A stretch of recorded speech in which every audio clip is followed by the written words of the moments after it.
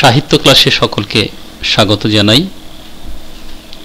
আমরা প্রলয়োল্লাস কবিতার প্রথম 3টি অংশ দেখে নিয়েছি। আজ অন্তিম অংশে এসে পৌঁছে গেছি, শেষ দুটো স্তবক। কবি নজরুল সম্পর্কে যে কথাগুলো বলেছিলাম তোমাদের নিশ্চয়ই সবার মনে আছে। পাশাপাশি প্রত্যেকটি লাইন সম্পর্কে ব্যাখ্যা করতে বলেছিলাম, তোমরা নিশ্চয়ই সেগুলো করেছ। আশা করি কারো কোনো অসুবিধা নেই, বুঝতে সমর্থ হয়েছ। আমরা এর পূর্বের স্তবকের যে মূল ভাব, সেই জায়গা থেকে দু একটি কথা বলে তারপর শুরু করব।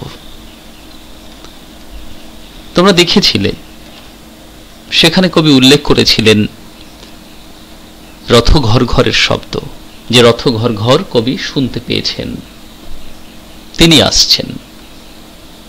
তিনি কে? যে কিনা জীবন হারা অসুন্দরে করতে ছেদন, তিনি আসছেন। তিনি কে? তিনি ভারতবর্ষের অস্তমিত ভাগ্য দেবতাকে নতুন প্রাণ ফিরিয়ে দেওয়ার উদ্দেশ্যে আসছেন। তিনি কে? তিনি তরুণ যুব সমাজ, নবীন যুব সমাজ। তিনি মহাকালকে নিয়ে আসতে চলেছেন। মহাকাল মানে একটি কালের অবসান ঘটবে আর একটি কাল সূচিত হবে। কাদের মাধ্যমে আসে? নবীনের মাধ্যমে আসে, নবীন সংস্কারের মাধ্যমে আসে। তা কবি অনুভব করেছেন। তা আসছে দুরন্ত গতিতে, উন্মত্ত ধারায়। তাই কবি বলেছেন, শোনা যায় ওই রথ ঘর ঘর, রথের চাকার আওয়াজ শোনা যাচ্ছে। কবির শ্রবণেন্দ্রিয় শ্রুত হয়েছে, শ্রুত করেছে। এরপর স্তবকে কবি সেই স্থান থেকে বলতে চাইছেন একটু অন্য কথা। আশার বাণী, ভরসার সুর। ধ্বংস দেখে ভয় কেন তোর? প্রলয় নূতন সৃজন বেদন। কবি বলতে চেয়েছেন ধ্বংস দেখে ভয় করার কিছু নেই, কারণ প্রলয় সে নতুন সৃষ্টির বীজ বপন করে, নতুন সৃষ্টিকে, তার আগমনের পথকে প্রশস্ত করে। তাই ধ্বংস দেখে ভয় কেন প্রশ্ন রেখেছেন কবি, কারণ প্রলয় তো নতুন সৃষ্টি আগমন করে। আসছে নবীন, জীবনহারা অসুন্দরে করতে ছেদন। নবীনের দল আসছে। নবীন সমাজ ব্যবস্থার ধারক বাহক এবার আসতে চলেছে। তারা কি করবে? জীবনহারা অসুন্দরকে ছেদন করবে। জীর্ণ শীর্ণ জরাগ্রস্ত সে গত হবে, নতুন করে জেগে উঠবে কিশলয় দল। দক্ষিণা বাতাস প্রবাহিত হবে সমাজের বুকে। কবি সে কথা বলতে চেয়েছেন।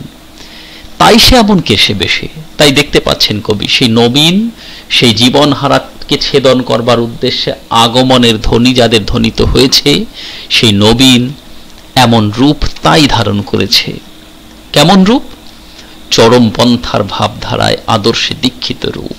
যাদের হাতে অস্ত্র আছে, যারা তীব্র কণ্ঠে সাম্রাজ্যবাদী শক্তির বিরুদ্ধে প্রবলভাবে বিরোধিতা ঘোষণা করতে পারে। কবি দেখেছেন, অনুভব করেছেন। কবি তাই বললেন, তাই সে এমন কেশে বেশে। কেশ, চুল, বেশ, পোশাক পরিচ্ছদ। কবি সর্বব্যাপী, সারা ব্রহ্মাণ্ড ব্যাপী সেই রূপ অঙ্কন করেছেন। প্রলয় বয়েও আসছে হেসে।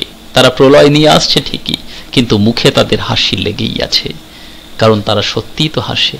কারণ প্রলয় নিয়ে আসার অর্থ হলো নতুন করে সমাজ ব্যবস্থাকে সৃজন করতে চায় তারা, তাই হাসে তারা।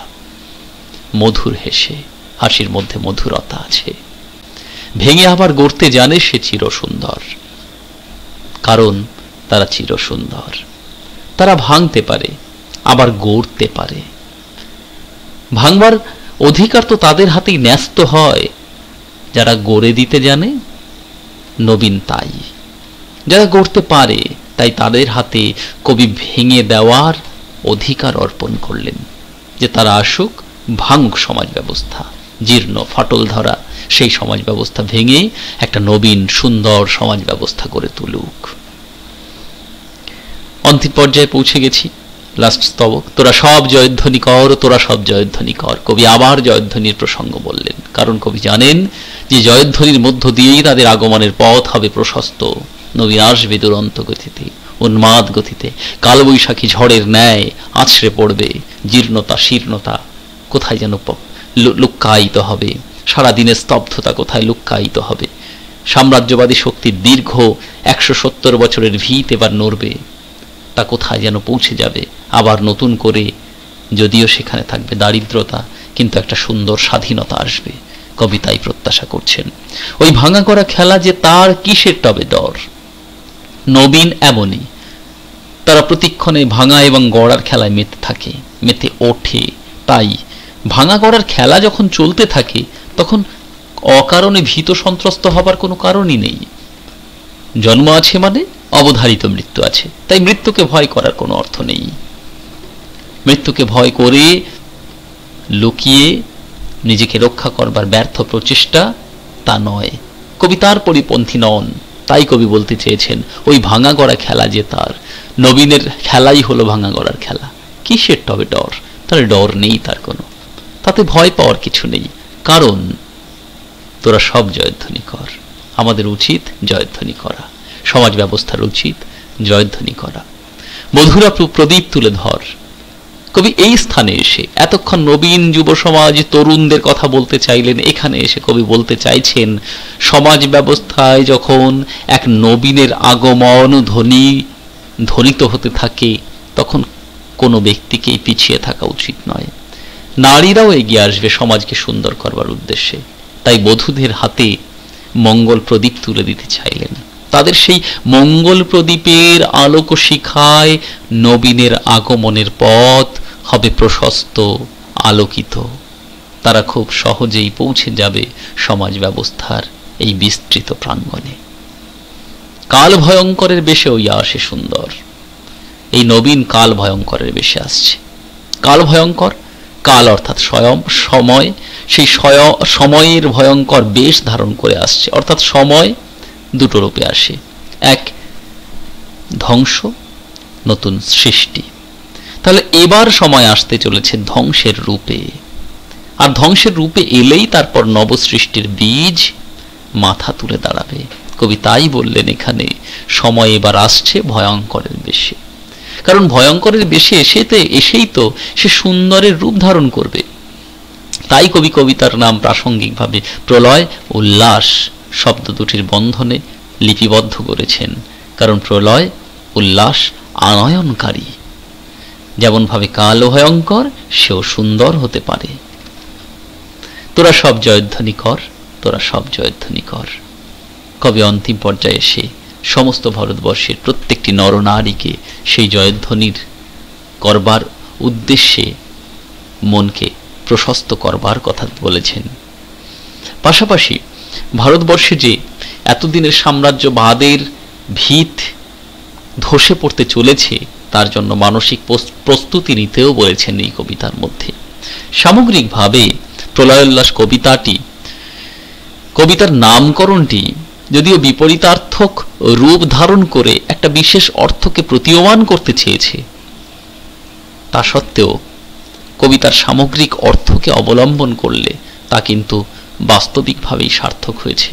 কারণ কাল ভয়ঙ্কর ভারতবর্ষের সমাজ ব্যবস্থায় এসে একটা সুন্দর সমাজ ব্যবস্থায় পরিবর্তিত করবে। তাই কবিতার নামকরণটিও সেই রূপে সার্থক প্রতিপন্ন হয়েছে। প্রত্যেক শিক্ষার্থীকে বলবো, কবিতার প্রত্যেকটি লাইন যথার্থভাবে বারবার শুনে ব্যাখ্যা করার চেষ্টা করো। তোমাদের যদি কখনো কিছু জিজ্ঞাসা করার প্রয়োজন হয় কমেন্ট বক্সে লিখো। প্রাসঙ্গিকভাবে প্রশ্ন সম্পর্কে আলোচনা পরবর্তী অধ্যায়ে আসব, তখন প্রশ্ন সম্পর্কে সমস্ত কিছু বলে দেব, আলোচনা করব। আজ এতটাই থাক, ধন্যবাদ। আর বাংলা ভাষা সাহিত্য আমাদের সবার প্রচেষ্টায় সুন্দর হয়ে উঠুক, মধুর হয়ে উঠুক।